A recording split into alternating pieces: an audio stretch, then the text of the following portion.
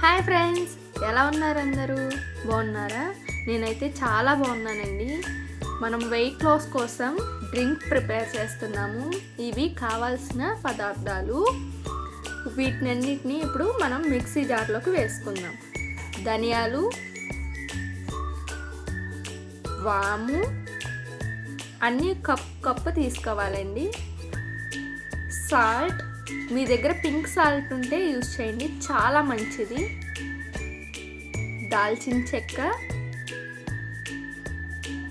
అలాగే జీలకర్ర, సోంపు, ఇవన్నీ ఫుల్ కప్ తీసుకొని పౌడర్ చేసుకోవాలి. ఇది మనం ఒక బాక్స్లో స్టోర్ చేసుకోవాలి.